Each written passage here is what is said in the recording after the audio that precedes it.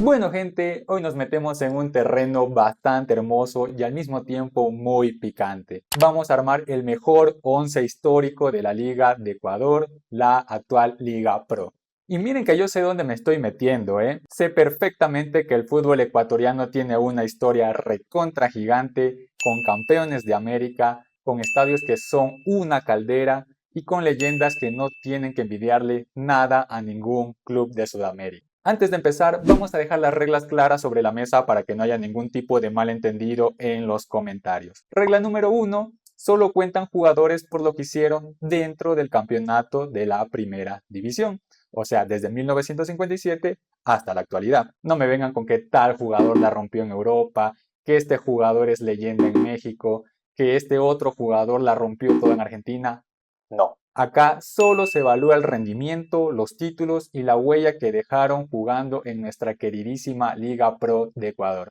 Tampoco tendremos en cuenta lo que hayan hecho con la selección, pero eso sí le puede sumar un plus a sus argumentos. La regla número 2 es que vamos a utilizar una alineación 4-3-3, ya que es de las más comunes en el mundo del fútbol, en donde sí o sí vamos a tener que elegir un mediocentro defensivo y un mediocentro ofensivo. Y además vamos a llevar a un delantero técnico y a 6 suplentes para intentar que nadie se nos vaya a escapar. Y la regla número 3 es que este es mi 11 ideal, es totalmente subjetivo. El de ustedes puede ser completamente distinto, lo cual es netamente válido. Para eso está la caja de comentarios, ahí podemos debatirlo. Pero acá vamos a poner datos, mística y argumentos. ¿Están listos? Por favor suscríbanse, denle me gusta al video y arranquemos. En el arco para mí no hay tanta discusión, porque cuando hablamos de Barcelona en la Libertadores de los 90, cuando hablamos de ser un héroe absoluto en finales internacionales, y de que cuando las papas quemaban y necesitabas a alguien que te salva el arco, él siempre, pero siempre estaba ahí. Sí, señoras y señores, estamos hablando del queridísimo José Francisco Ceballos.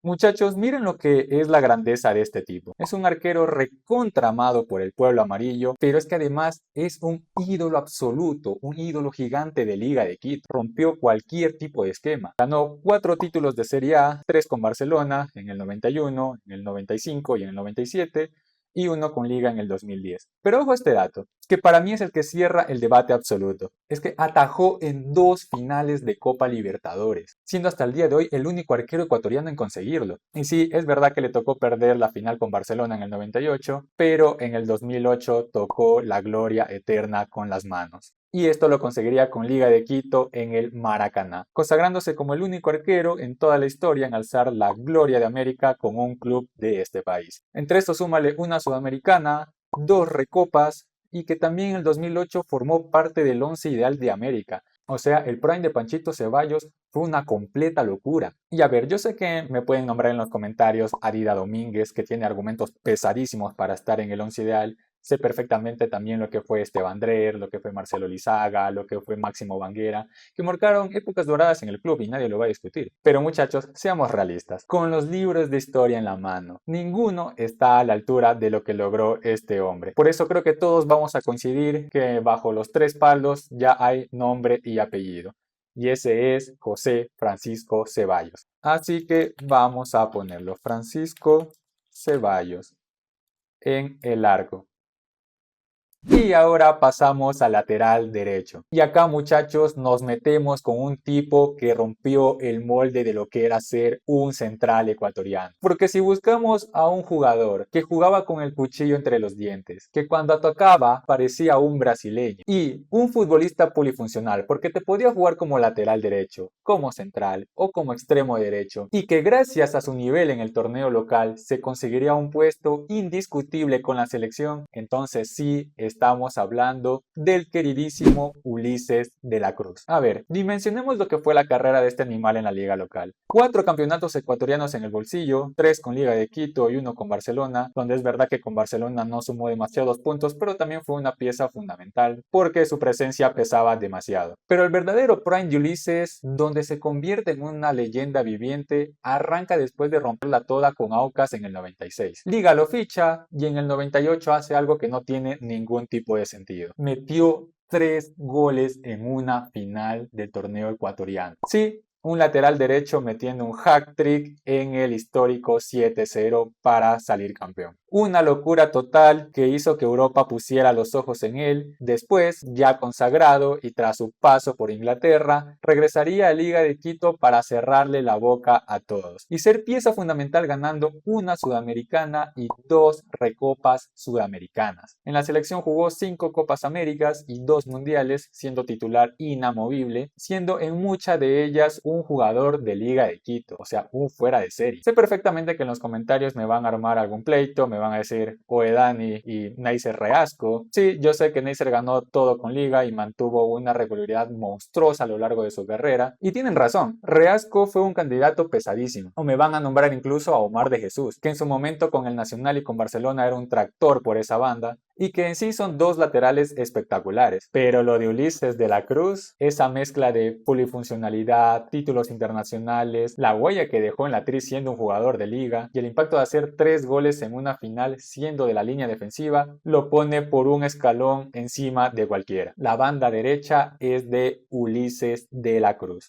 Bueno, nos cruzamos de banda, nos vamos al lateral izquierdo. Y acá, muchachos, acá cerramos el debate antes de empezar. Quédense sentados porque lo que les voy a contar ahora no tiene ningún tipo de sentido. Si buscamos al dueño absoluto de la banda izquierda en la historia del fútbol de este país, a un tipo que defendía como un león, que atacaba como una fiera y que se convirtió en una de las banderas más importantes en la época dorada de los 90, entonces sí estamos hablando de Luis Capurro. Muchachos, miren los libros de historia. 4 campeonatos nacionales en el bolsillo, uno con Liga de Quito, uno con Barcelona y 2 con Emelec, donde es un ídolo recontra indiscutido y amado por el pueblo azul. Es verdad que en el 98 llegó a la final de la Copa Libertadores, que aunque lamentablemente para Luis no la pudo ganar, el tipo también fue una pieza recontra fundamental para llevar a Barcelona a otra final internacional. Y como un dato adicional, en la selección jugó 6 Copas Américas, fue clave en aquella del 93, donde Ecuador firmó su mejor participación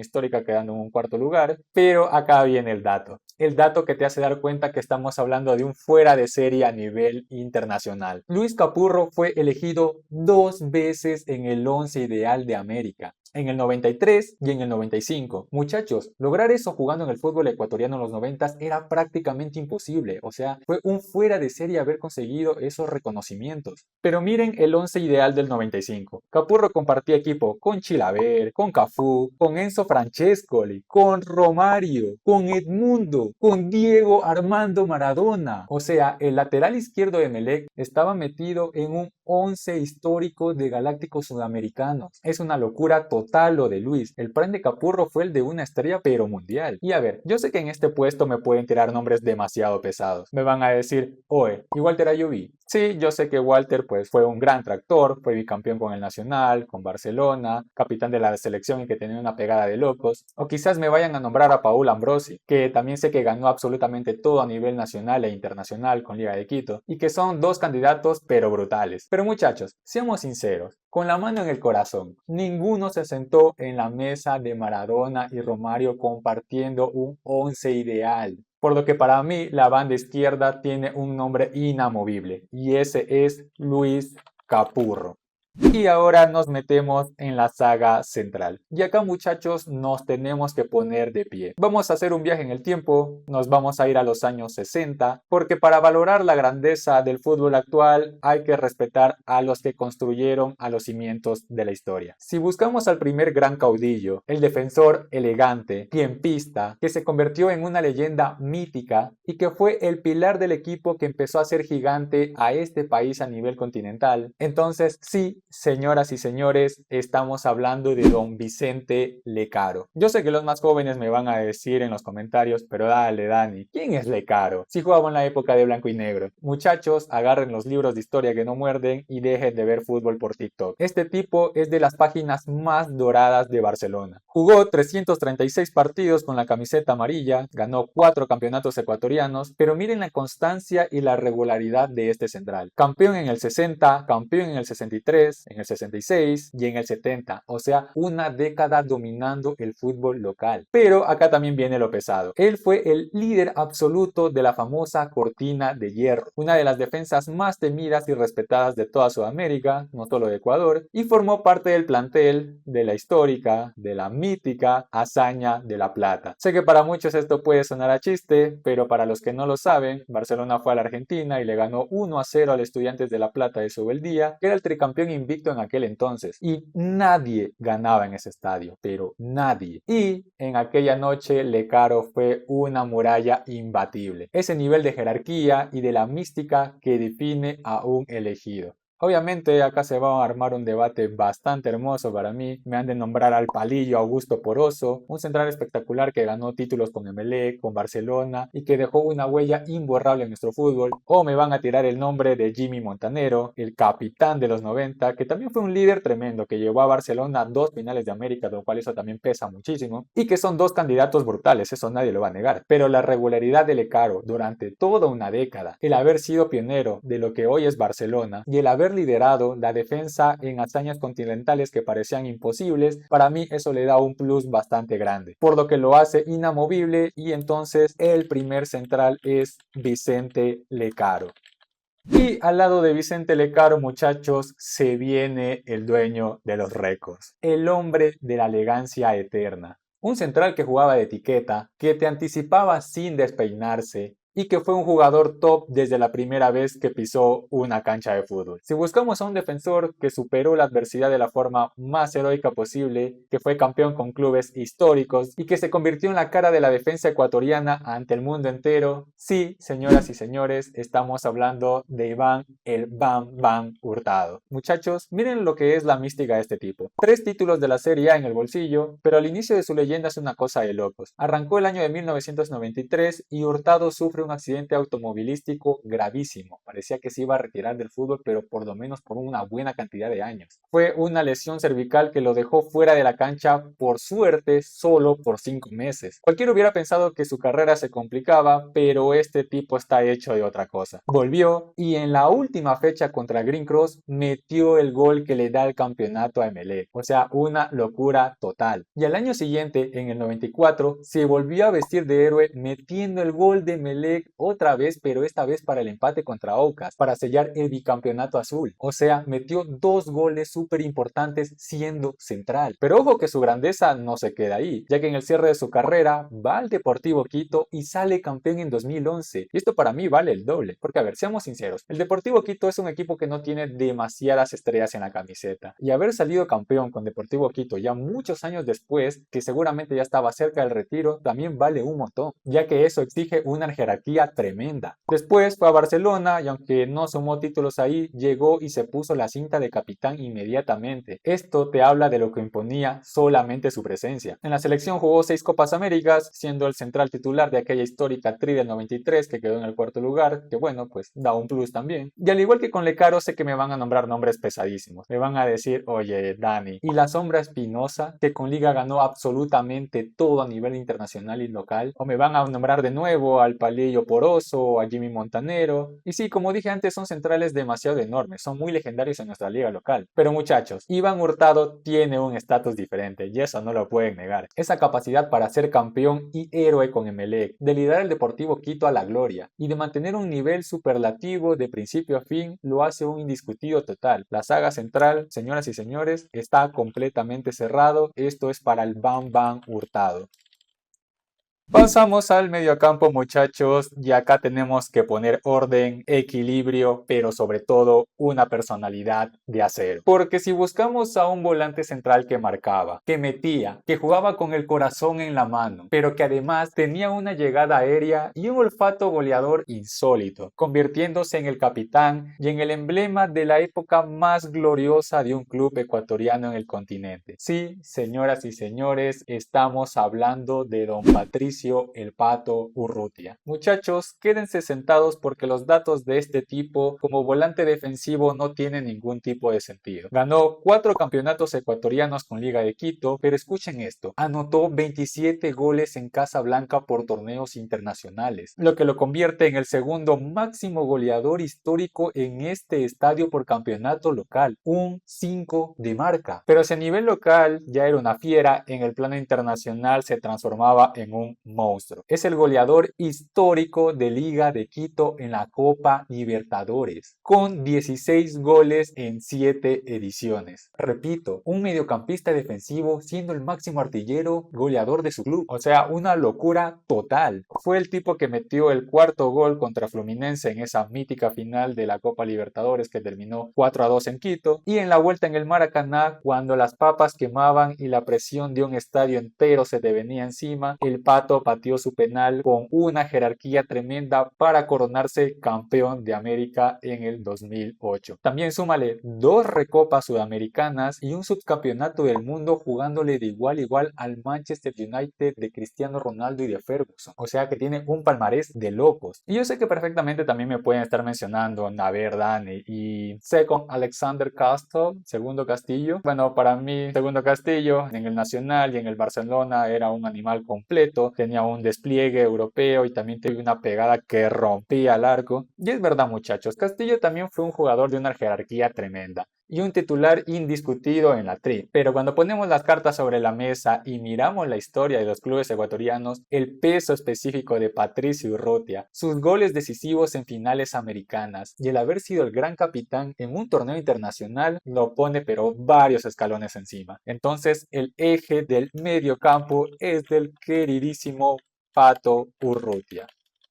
Al lado de Patricio Urrutia, para soltarse un poco más y meter juego, dinámica y una pegada que daba auténtico miedo, muchachos, se viene un jugador total. Un mediocampista que jugaba con la cabeza levantada y que manejaba los hilos del partido como él quería. Si buscamos a un futbolista que la rompió de joven, que se convirtió en el mejor jugador del torneo local, que emigró a Europa para hacer historia grande y que cuando volvió se transformó en el dueño absoluto de la mitad de la cancha del continente, entonces sí, señoras y señores, estamos hablando de Edison Méndez. A ver, dimensionemos lo que era este tipo. Arranca su carrera brillando con luz propia en el Deportivo Quito, donde en el año 2002 lo eligen como el mejor jugador de todo el campeonato ecuatoriano, lo cual ya era una locura para un pelado que recién estaba empezando su vida futbolística, y después pasa a Liga de Quito, y en el 2006 firma una Copa Libertadores descomunal. Y miren si habrá sido bueno su nivel, que el mismísimo PSV de Países Bajos pone los ojos en él y lo ficha. O sea, una jerarquía pura. Pasar de Liga de Quito al PSV en el 2006. No estamos hablando en la actualidad, que es mucho más fácil de hacer este tipo de traspasos. Para aquella época esto era romperla toda. Después vuelve a Liga y en el 2009 toca el cielo con las manos ganando la Copa Sudamericana y metiéndose en el equipo ideal de América. Ganó 2 campeonatos nacionales con la U y dejó obviamente una huella imborrable. Yo sé que en este puesto de volante mixto me pueden debatir, es muy obvio, me pueden nombrar a un histórico como Cristian Noboa, que es verdad que hizo una carrera monstruosa, pero eso fue afuera, o incluso el mismísimo Antonio Valencia, que en sus inicios con el Nacional, antes de ser leyenda del Manchester United, también estaba bien posicionado en nuestra liga local, y son 2 candidatos muy pesados. Pero muchachos, si nos enfocamos en el impacto directo dentro del campeonato ecuatoriano y en la mística con la que lideró a Liga de Quito a conseguir títulos internacionales, entonces el Quinito Méndez tiene que estar en este 11 sí o sí. Es el motor de mi equipo y siento que muchos van a coincidir conmigo. Entonces, Quinito Méndez,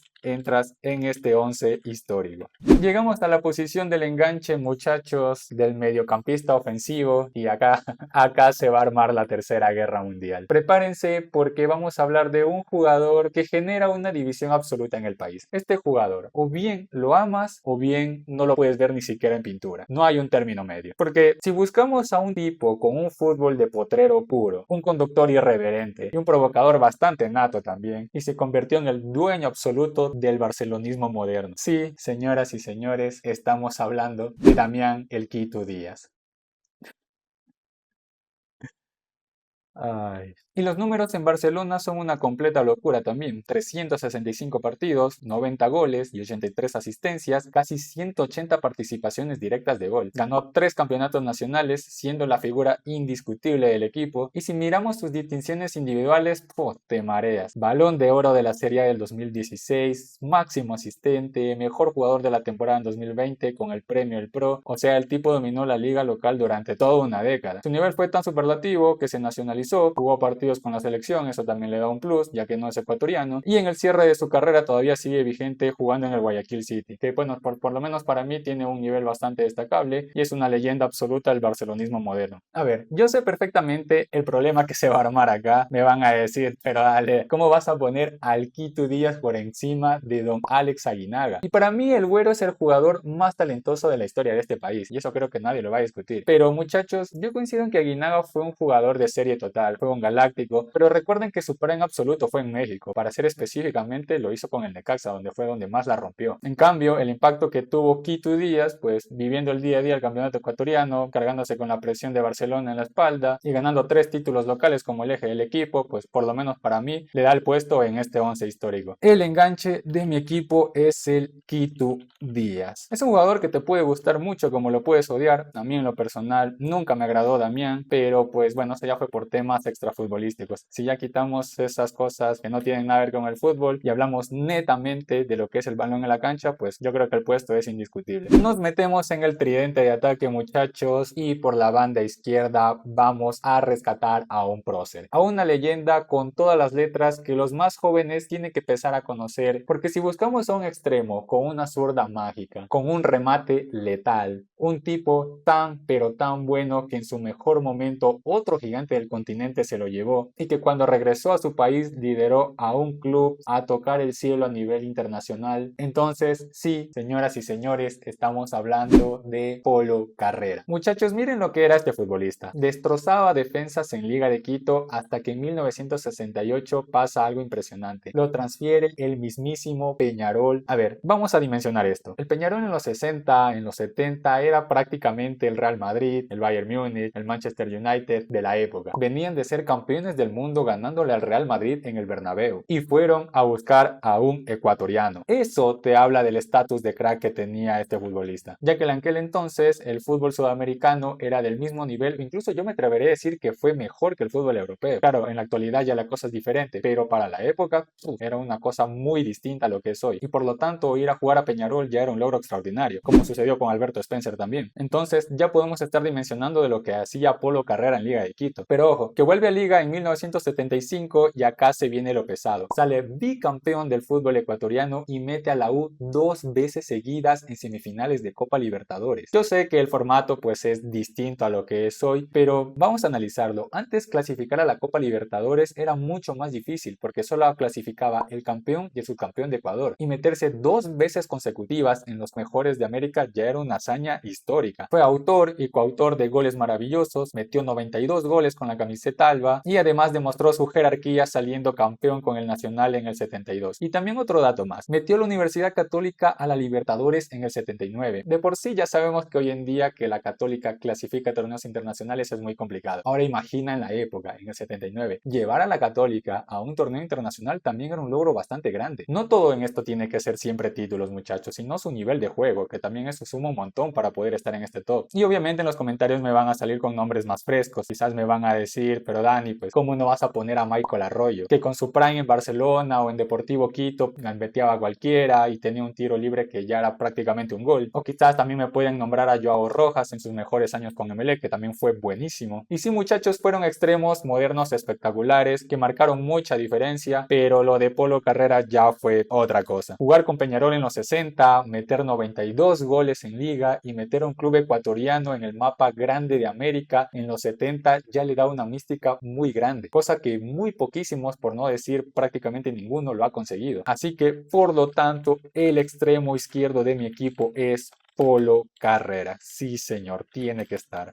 Bueno, nos vamos al extremo derecho y acá muchos van a abrir los ojos al darse cuenta que no va a estar el queridísimo Alberto Spencer. Muchachos, antes de que vengan a los comentarios a putearme, hablemos con los libros en la mano. Don Alberto Spencer, por lo menos para mí, es el jugador más grande en la historia de Ecuador. Creo que no hay ningún tipo de duda. Muchos pueden tener por encima a Antonio Valencia, pero por lo menos para mí lo que hizo Alberto Spencer le da un plus mucho más grande, ya que a nivel de selección pues no se ha podido conseguir nada. Pero la leyenda eterna de Spencer la hizo en Peñarol, no lo hizo en el fútbol local. Y entre eso que también jugaba como delantero centro. También sabía jugar como extremo, pero su posición más nata fue delantero centro. En Ecuador jugó en el Everest, pero en el torneo amateur de Guayas, o sea, ni siquiera llegó a jugar una primera división como tal, ya que la primera división pues nace en 1957 y prácticamente no sumó historia ahí. Y como este video es puramente de la historia de la Liga Pro de Ecuador, o sea, del 57 hasta la actualidad, no podremos tener en cuenta lo que hizo en el torneo de Guayas o también en otros torneos como el de Pichincha para otros futbolistas, así que no puedo tomar mucho los argumentos de Alberto Spencer como tal. Hizo una banda de goles con Everest, tal cual también pues sí es muy bueno, pero no fue en la liga ya como tal. Entonces, si vamos a buscar un extremo derecho que destrozó la Serie A durante años y un tipo que aparecía en los partidos más calientes de la historia y que se cansó de dominar las finales con actuaciones de jugador de PlayStation, entonces sí, señoras y señores, estamos hablando del ángel del gol. Don Angelito Mena. Muchachos, miren lo que es la carrera de este tipo con Emelec. Formó parte del histórico tricampeonato del Bombillo, que fue una pieza muy clave y fundamental en cada título, pero miren cómo jugaba las finales, porque es ahí donde se ven los verdaderos cracks. Era en el año 2014, la famosa final del siglo contra Barcelona, y Mena mete un gol en la ida en el Monumental y otro gol en la vuelta en el George Caldwell para levantar la copa en la cara del clásico rival. ¿Te parece poco? En el 2015, la final de ida contra Liga de Quito se viste de héroe absoluto. Mete 2 goles y lo eligen el jugador del partido y encarrila otro campeonato más. O sea, aparecía siempre. Miren los datos de la pantalla. 68 goles en 249 partidos con el cuadro azul. Máximo asistente de la Serie A en 2014 y estuvo 4 años consecutivos en el 11 ideal del campeonato ecuatoriano, del 2013 al 2016. Una regularidad insólita. Es un ídolo gigante de Emelec y su vigencia es tan tremenda que incluso al día de hoy, ya con 38 años, volvió al país para jugar en Orense y sigue demostrando que le sobra nivel para la primera división, no hay ningún tipo de duda. Yo sé que los historiadores me van a saltar el cuello, me van a decir, oye Dani, pues, ¿y cómo te vas a olvidar de José Balseca, el que era el dueño de la banda derecha del histórico Ballet Azul de Emelec? Y sí, muchachos, pues para mí Balseca fue un pionero tremendo, es muy respetable, también lo quiero muchísimo, y fue un puntero derecha con una velocidad increíble y una mística espectacular. Pero cuando miramos la evolución del fútbol, las estadísticas brutales y el peso definitivo que tuvo Ángel Mena ganando finales consecutivas, para mí el puesto se lo queda a él. El extremo derecho de mi equipo es Ángel Mena. Y llegamos al final del 11 titular, muchachos. La referencia de área, el dueño del gol. El tipo que cuando pisaba el área, los arqueros rivales ya se ponían a rezar. Porque si buscamos al delantero más letal, al ariete implacable que rompió todos los récords en nuestro fútbol, que marcó una época dorada ganando campeonatos con clubes distintos. Entonces, sí, muchachos y muchachas, estamos hablando de Hermen la Pantera Benítez. Muchachos, quédense sentados porque hablar de la Pantera Benítez es hablar del gol en su estado más puro. Vamos a ver su palmarés: 4 campeonatos ecuatorianos y fue una de las banderas fundamentales del histórico tricampeonato del Nacional en el 82, 83, 84, marcando una era absoluta en los 80. Y años después demostró que su jerarquía no dependía de una sola camiseta y se fue a Barcelona para salir campeón en el 91. Pero agárrense con los datos individuales: 3 veces máximo goleador de la Serie A con el Nacho, en el 87, en el 89 y en el 90. Es el máximo goleador histórico en la historia de la Liga de Ecuador con 191 goles en 427 partidos. Da un promedio de 0.47 goles por encuentro, que es una locura ya para el fútbol moderno. Y les tiro una joyita de mística pura: es el padre de nuestro queridísimo e inolvidable Cucho Benítez. O sea que la sangre de gol corría por sus venas, un delantero total. Yo sé que en el banco de suplentes tengo bastantes monstruos y que en los comentarios me van a armar armar el debate y me van a decir, oye, ¿y Vinicio Ron? Y pues sí, Vinicio es el segundo máximo goleador histórico, fue un ídolo descomunal del Nacional y un peligro constante. Y sí, Ron fue un jugadorazo, quizás también pueden estar nombrando a Cookie Juárez, que en Emelec tenía un promedio de gol pero increíble, si no estoy mal es el jugador con promedio de gol más alto en toda la Serie A, y estoy consciente de que son dos candidatos pesadísimos, pero a ver, vamos a ser realistas, contra los libros de historia no se puede competir. El tipo que tiene el récord absoluto, el rey de gol de nuestra liga local, tiene que ser el 9 de mi equipo. Entonces Hermen Benítez se queda con la delantera.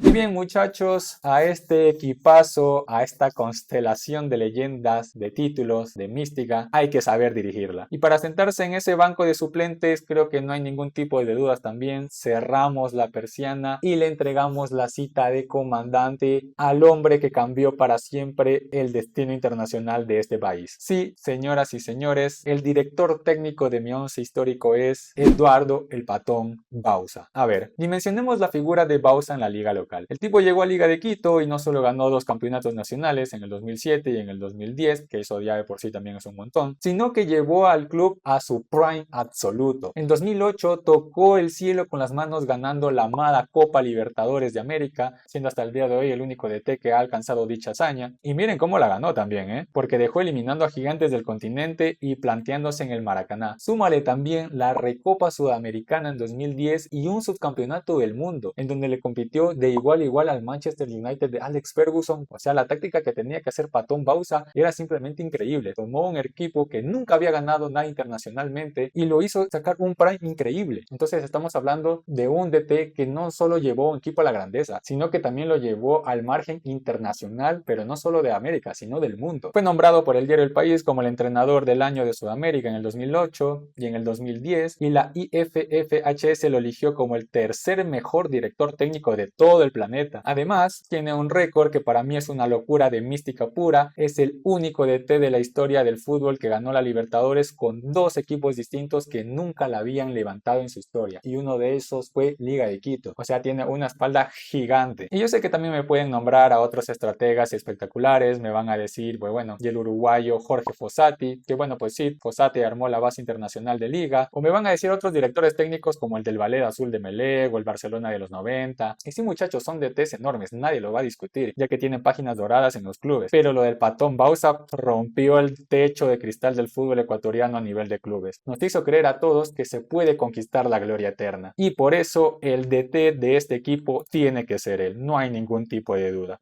Y ojo muchachos, porque también armé un banco de suplentes que pues bueno, sinceramente es una locura total. Miras el banco y tienes un equipo que tranquilamente te pelea una Copa Libertadores. Y los jugadores que voy a llevar son Alexander Dida Domínguez, un gigante en el arco, campeón local, campeón de la Sudamericana y dueño de una vigencia tremenda en la selección también, que si no estuviera Ceballos, este puesto se lo llevaba él también. También vamos a llevar a Neisser Reasco, el dueño de la regularidad absoluta, un lateral derecho con un despliegue europeo que ganó absolutamente todo a nivel nacional e internacional con Liga de Quito. También vamos a llevar a Olger, el piquetero Quiñones, que fue un jugador que tenía pura garra, temperamento y una jerarquía en el fondo. Un central de esos que ya no se fabrica también. Campeón con Barcelona y con un respeto enorme en toda América. Para el mediocentro ofensivo yo voy a llevar a segundo Alejandro el Mortero Castillo, second Alexander Castad. Un candado absoluto en la mitad de la cancha, tenía despliegue, marca y un físico demasiado privilegiado y un remate de larga distancia que rompía arcos en el Nacional y Barcelona. También voy a llevar uno de mis jugadores favoritos, Miller, el Killer Bolaños, un tipo que en su prime con Emelec destrozaba defensas él solo, siendo el jugador más determinante, desequilibrante y picante del país. Y de centro delantero también voy a llevar a Carlos Alberto el Cookie Juárez, ídolo absoluto y goleador histórico de Emelec en el torneo local. Es el jugador con mejor promedio de gol con 0.65 y tuvo una presencia física en el área que era una tortura para cualquier defensor. Este banco de suplentes no es una completa locura.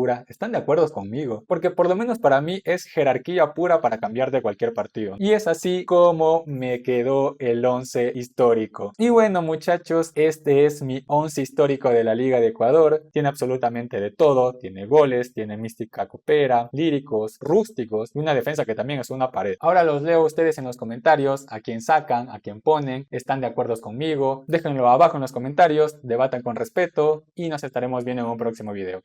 Adiós.